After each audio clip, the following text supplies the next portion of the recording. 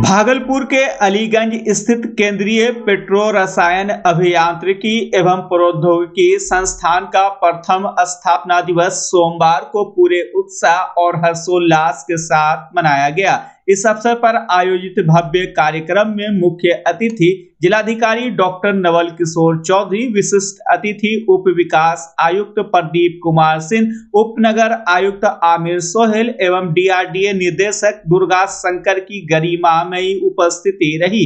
कार्यक्रम का शुभारंभ सिपेट भागलपुर के संयुक्त निदेशक एवं प्रमुख अभित लकड़ा सहित सभी गणमान्य अतिथियों द्वारा संयुक्त रूप से दीप प्रज्वलन कर किया गया। इसके पश्चात अभित लकड़ा ने अतिथियों का पुष्पगुच्छ एवं अंग वस्त्र भेंट कर स्वागत किया।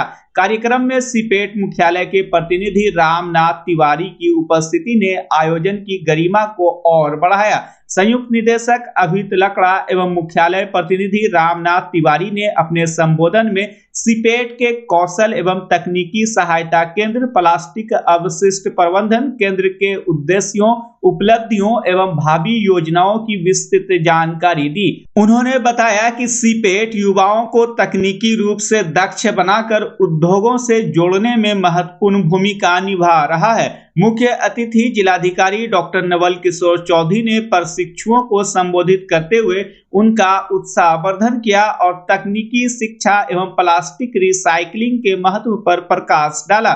उन्होंने सिपेट भागलपुर एवं उद्योग विभाग बिहार सरकार के सहयोग से कांवरियों को वितरित किए जाने वाले जल पात्र का उत्पादन सिपेट में करने का सुझाव भी दिया। इस अवसर पर मुख्यमंत्री उद्यमी योजना के अंतर्गत प्रशिक्षण प्राप्त प्रशिक्षुओं के बीच प्रमाण पत्रों का वितरण किया गया। कार्यक्रम के दौरान सिपेट के प्रशिक्षुओं द्वारा प्रस्तुत सांस्कृतिक कार्यक्रमों ने सभी का मन मोह लिया। वहीं झारखंड के प्रशासनिक पदाधिकारी एवं सिपेट मुख्यालय प्रतिनिधि रामनाथ तिवारी के धन्यवाद ज्ञापन के बाद कार्यक्रम का समापन हुआ।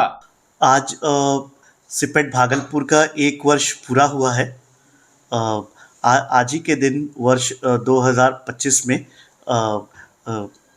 माननीय केंद्रीय मंत्री श्री जेपी नड्डा जी के द्वारा उद्घाटन किया गया था सिपेट सीएसटीएस भागलपुर और पीडब्ल्यूएमसी भागलपुर का।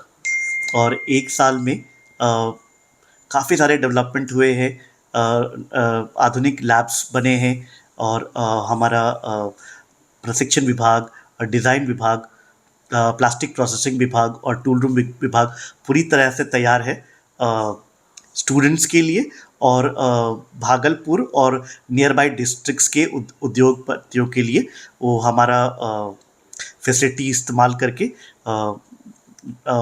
नए स्टार्टअप्स भी बन सकते हैं। काफ़ी सारे मशीन से प्लास्टिक के आधुनिक आइटम्स बनाने के लिए मशीन से, तो ये हमारा इसीलिए इसको संकल्प 2026 का नाम दिया गया है ताकि हम और ज़्यादा से ज़्यादा स्टार्टअप्स में बिहार में लोगों को ला पाए और नए उद्यमी बनाएं जिनके द्वारा और लोगों को जॉब्स लगे और पलायन थोड़ा कम हो।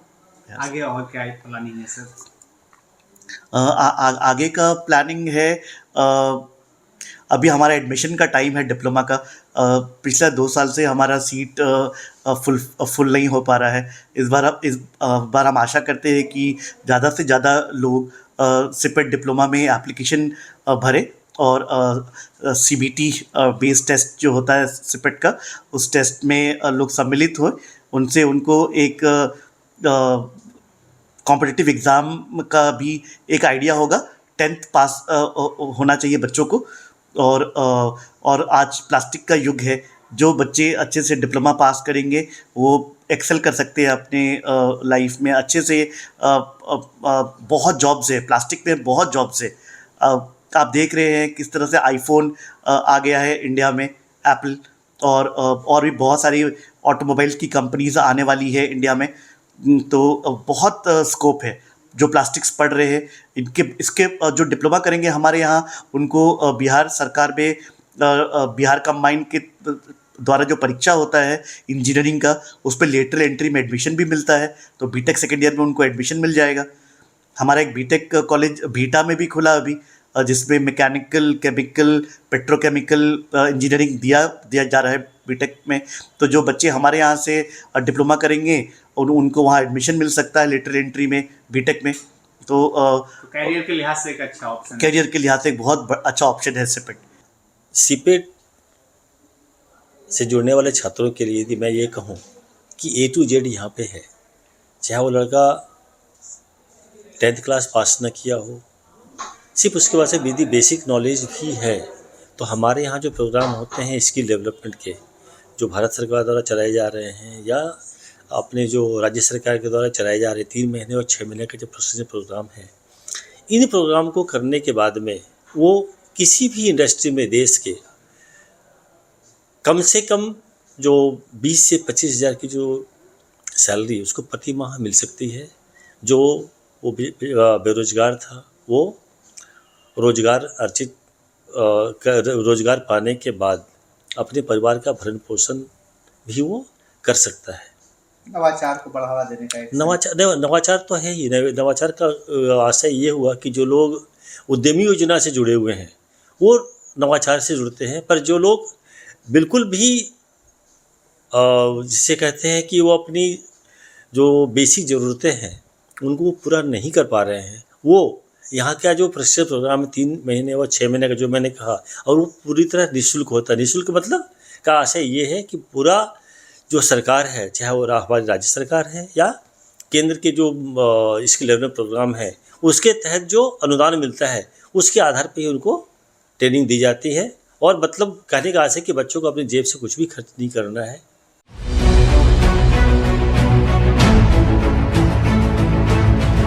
भागलपुर के बबरगंज थाना क्षेत्र से लापता सरयू देवी मोहनलाल बालिका उच्च विद्यालय की छात्राएं सोनाक्षी और जिया को 13 दिन बीत चुके हैं, लेकिन अब तक कोई ठोस सुराग हाथ नहीं लग सका है। मामला उस वक्त और रहस्यमय हो गया जब स्कूल के पास लगे सीसीटीवी फुटेज में दोनों छात्राएं स्कूल में प्रवेश करती दिखी, लेकिन छुट्टी के बाद बाहर निकलते हुए नजर नहीं आई। इस खुलासे के बाद सिटी एसपी शैलेंद्र सिंह और सिटी डीएसपी 2 राकेश कुमार ने खुद स्कूल पहुंचकर करीब 2 घंटे तक छात्राओं के परिजन, सहपाठियों और प्रभारी प्रधानाध्यापक से पूछताछ की।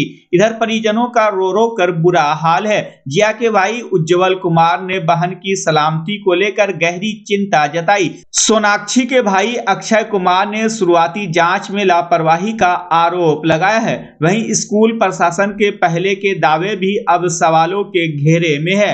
हालांकि पुलिस की जांच जारी है, लेकिन शहर की निगाहें अब इस रहस्य के खुलने पर टिकी है। जानकारी तो यही मिली कि वो सरयू दुबे आए थे, बट यहाँ के प्रिंसिपल बोल रहे हैं कि सरयू दुबे जिया और सोनाक्षी आए नहीं है। तो हम भी आए थे सरयू दुबे पता करने के लिए वो आई है कि नहीं। तो आए तो वो मिली है, सीसीटीवी में है कि सोनाक्षी है और जिया आई है स्कूल, और हम लोग भी दिखे हैं सीसीटीवी में। साइकिल लेके आए, पता नहीं चल रहा है। 12 दिन से बुरा हाल है। मम्मी पापा का नींद तो नहीं आता, हम लोग को रात भर हल्का खराब हो जगे हुए रहते हैं। डर तो है पूरा मना हुआ, लेकिन हम लोग को भरोसा है पुलिस पर। पहले जांच नहीं हो रही थी? पहले जांच नहीं हो रही थी, 3-4 दिन से जांच हो रही है अच्छे से। क्या उम्मीद लग रही है, क्या हुआ होगा, क्या संभावना है? उम्मीद तो वही है जो एफआईआर में जो लिखा है, तो हमको जो डर लग रहा है उसको पला फसला कर उसको कहीं बेचने का फिराक में है, वही हमको उम्मीद है। क्योंकि अभी तक जब इतना बड़ी दुर्घटना हुई तो कुछ भी कॉल आना चाहिए, अभी तक बट कोई कॉल नहीं आया है। तो इसका मतलब कुछ तो गड़बड़ हो रहा है। कोई सुराग नहीं मिल रहा है। क्या नाम है? अक्षय कुमार। बहन का नाम? सोनाक्षी कुमारी और जिया कुमारी गुम है। सोनाक्षी कुमारी हम लोगों को अभी तक कुछ सुराग नहीं मिला है। जहाँ तक देख भी रहे हैं कि अभी तक पुलिस द्वारा कुछ पता भी नहीं चल रहा है। और आज तो पता चला कि यहाँ कैमरा में कि बच्ची तो अंदर आई है, लेकिन बाहर निकलने का कोई अपडेट नहीं पता चल रहा है। पता नहीं आज 12 दिन हो गया, बहन किस हाल में होगी नहीं होगी इसके बारे में हमको कुछ पता नहीं है। क्या बीत रहा है 12 दिन से? 12 दिन से हमारी माँ पे तो सबसे ज्यादा बीत रही है। 2 बार पानी भी चढ़ा है, उसके बाद अभी दवाई पे चल रही है माँ। कुछ पता नहीं चल रहा? कुछ पता नहीं चल रहा है सर। क्या लगता है क्या हुआ? हमको तो लगता है कहीं गलत जगह उसका उपयोग किया गया होगा बेच उच करके। पता नहीं भगवान जाने कहाँ गया है न गया। कैसे देख रहे हैं? पुलिस तो 12 दिन हो गया अभी तक कुछ बताइए नहीं रहा, तो पता नहीं पुलिस क्या कर रहा है नहीं कर रहा है। आज तो यहाँ डीएसपी सर भी आए हैं, अब देखिए क्या जवाब देते हैं हम लोगों को। जांच चल रहा है स्कूल में? जांच तो चल रहा है, इलाका के दूसरा बार आया है यहाँ जांच करने के लिए। कुछ लेकिन अभी तक कोई सुराग नहीं पता चला है। क्या कहोगे, किसी सरकार से कुछ गुहार भी लगाओ? सरकार से हम यही दरखास्त करना चाहते हैं कि हमारी बहन को जल्द से जल्द खोज करके वापस कर दीजिए, क्योंकि हमारी बहन एक ही थी। 10th का एग्जाम भी टेंथ का एग्जाम देने वाली थी फरवरी महीना में, लेकिन अभी तक कुछ पता नहीं चल रहा है किस हाल में होगी बहन, नहीं होगी अभी तक कुछ नहीं पता है। क्या नाम है? मेरा नाम है उज्जवल कुमार। बहन का क्या नाम है? बहन का नाम जिया कुमारी कितना है। साल है उम्र? उम्र 15 साल। भारतीय जनता पार्टी के नए राष्ट्रीय अध्यक्ष के रूप में नितिन नवीन के शपथ ग्रहण पर भागलपुर में कार्यकर्ताओं ने उत्साह के साथ जश्न मनाया। पटना में हुए शपथ ग्रहण समारोह का लाइव प्रसारण भागलपुर में एलईडी स्क्रीन के माध्यम से दिखाया गया, जिसे देखने के लिए बड़ी संख्या में भाजपा कार्यकर्ता जुटे। शपथ के बाद कार्यकर्ताओं ने मिठाई बांटी और नारेबाजी कर खुशी जताई। इस मौके पर भाजपा जिलाध्यक्ष संतोष कुमार ने कहा कि 45 वर्ष की उम्र में नितिन नवीन का राष्ट्रीय अध्यक्ष बनना युवा नेतृत्व को आगे बढ़ाने का बड़ा संदेश है। कार्यक्रम में डॉक्टर प्रीति शेखर, डॉक्टर एनके यादव, बंटी यादव समेत कई नेता मौजूद रहे। भारतीय जनता पार्टी जो विश्व की सबसे बड़ी पार्टी है, उसके ऐतिहासिक क्षण है, खास करके भागलपुर और बिहार के सभी युवाओं के लिए, बिहार के लिए गौरव का क्षण है कि राष्ट्रीय पार्टी के और स्थायी का जो कार्यकारी अध्यक्ष नितिन नवीन जी थे, उनका आज विधिवत रूप से और यह जो नवीन कार्यकाल की शुरुआत हो रही है, उसका जो शपथ ग्रहण है, उसका जो समारोह है, उसका सीधा प्रसारण आज भारतीय जनता पार्टी भागलपुर के सभी भाजपा परिवार के लोग जब वृंदावन में देख रहे हैं। और पटना के बाद दूसरा यह लाइव भागलपुर को मिला है और भागलपुर और सहित पूरे बिहार के लिए सुखद क्षण है कि बिहार की जो गौरव गाथा है आज नितिन नवीन जी के माध्यम से एक नया अध्याय लिखने का काम कर रही है। भारतीय जनता पार्टी के सभी कार्यकर्ता बहुत ही प्रसन्न है, प्रफुल्लित है कि सामान्य कार्यकर्ता को और इतने कम आयु में 45 वर्ष की आयु में जिनको आज राष्ट्रीय अध्यक्ष बनाया गया है, जो हम सबों के राष्ट्रीय अध्यक्ष हैं, उनको ढेर सारी बधाई और शुभकामना दे रहे हैं।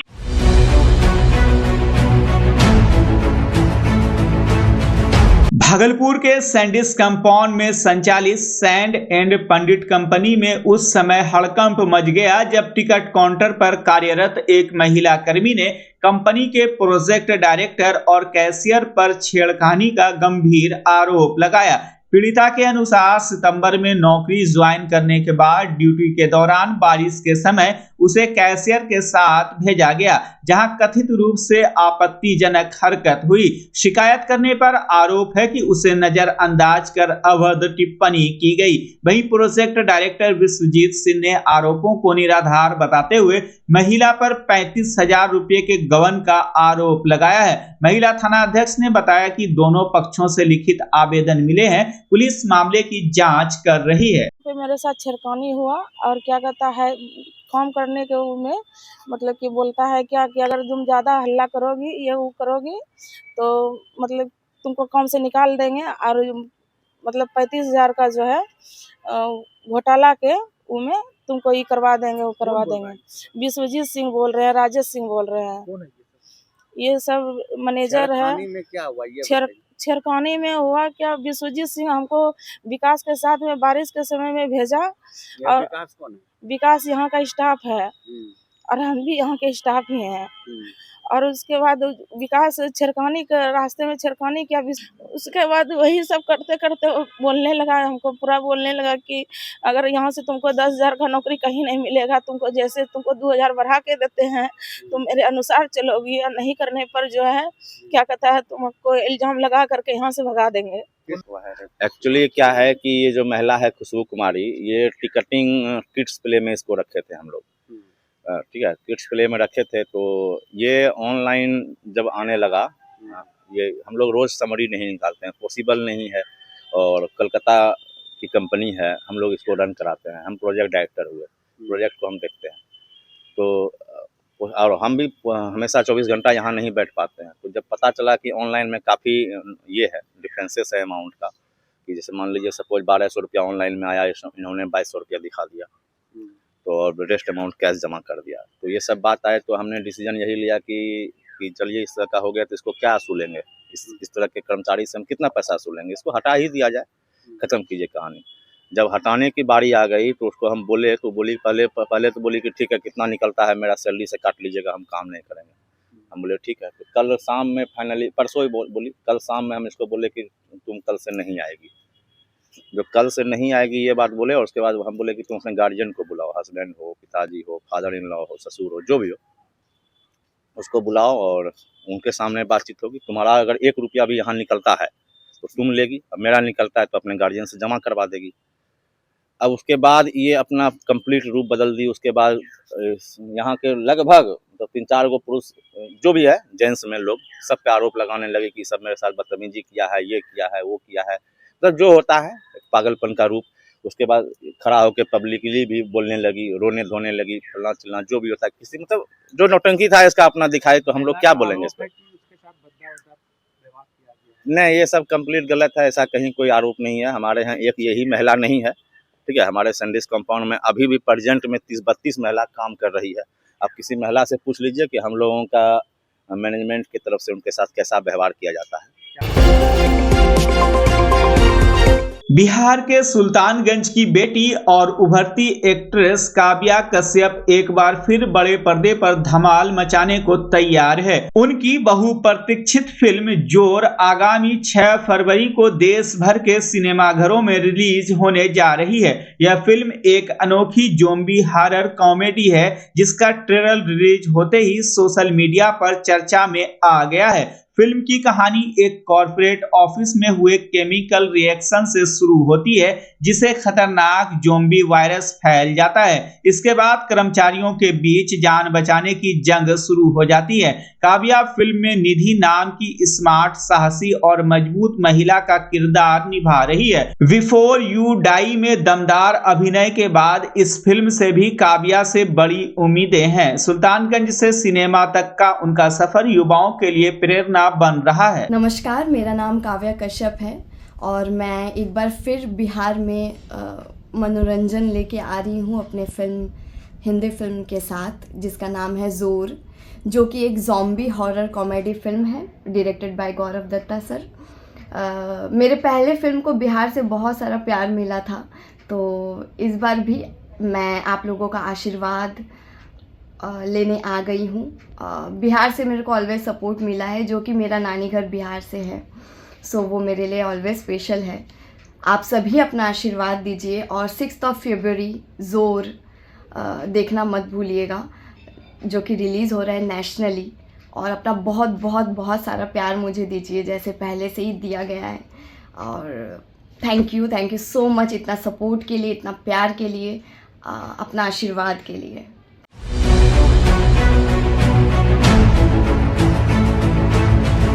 भागलपुर के मौलाना चक से संचालित एजाजे सैयदना फाउंडेशन द्वारा शहर के विभिन्न इलाकों में जरूरतमंदों के बीच कंबल वितरण अभियान लगातार जारी है। इसी क्रम में मंगलवार को वार्ड नंबर 27 के मायागंज इलाके में शिविर लगाकर गरीब, असहाय और ठंड से जूझ रहे लोगों के बीच कंबल बांटे गए।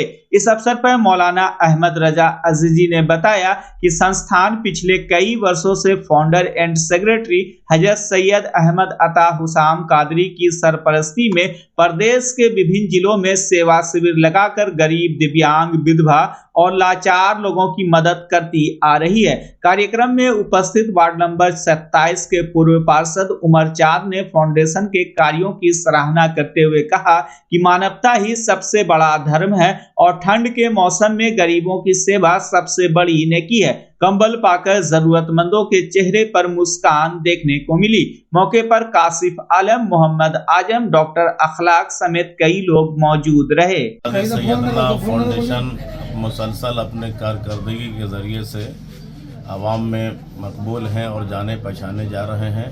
बहुत ही कम वक्तों में बिहार, झारखंड के मुख्तलिफ इलाकों में जहाँ जहाँ पर ज़रूरतें पड़ती है खिदमत के लिए, वहाँ पर फाउंडेशन हाजिर होता है। फाउंडेशन के फाउंडर एंड सेक्रेटरी हज़रत सैयद शाह अहमद अता हुसाम कादरी हमेशा से आवाम के दरमियान में उनको सहूलियत देने के लिए कोशां रहते हैं और दिली उन्हें इत्मीनान भी होती है और ये उसूल भी है कि अपने से दीगर लोगों के दरमियान में राहत पहुंचाना, चाहे वो सर्दी के ज़रिए हो, चाहे वो शिक्षा के ज़रिए हो, चाहे वो मेडिकल के ज़रिए हो, जिस भी किस्म से हो, राहत दिल को पहुंचती है और लोगों को भी आराम मिलता है, और उम्मीद करते हैं कि इसी तरीके से हमेशा ये काम जारी रहेगा।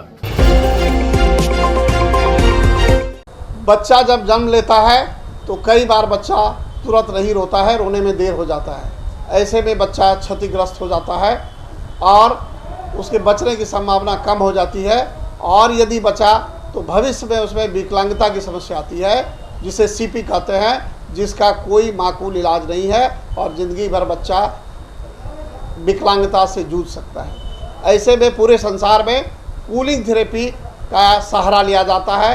जन्म से ठीक 6 घंटा के अंदर यदि उसको कूलिंग थेरेपी दिया जाए तो उससे उसका सीपी की समस्या कम होती है और बचने की भी संभावना बढ़ती है। पहली बार बिहार झारखंड में आपके शहर के स्नेह नवजात शिशु बाल सेवा केंद्र में यह मशीन उपलब्ध है। कभी भी ऐसी बात हो कि बच्चा रोने में विलम्ब हो गया तो आप स्नेह नवजात शिशु बाल सेवा केंद्र में जरूर संपर्क करें।